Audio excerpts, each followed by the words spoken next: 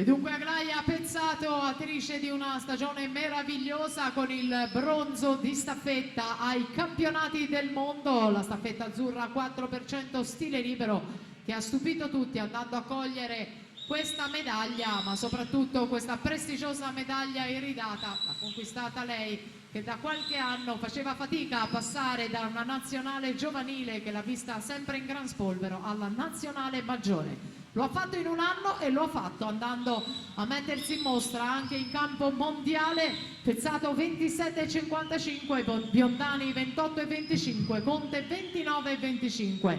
Primato del meeting in questa gara di Cristina Maccagnola 59,72, con la Pezzato decisamente davanti. In seconda posizione al momento sembra la Temporin dalla terza corsia. Un occhio al crono perché potrebbe essere primato, è primato del meeting e ballano ancora i pinguini della Sightland e del Memorial Chiara Giavi. 59,42 Aglaia Pezzato.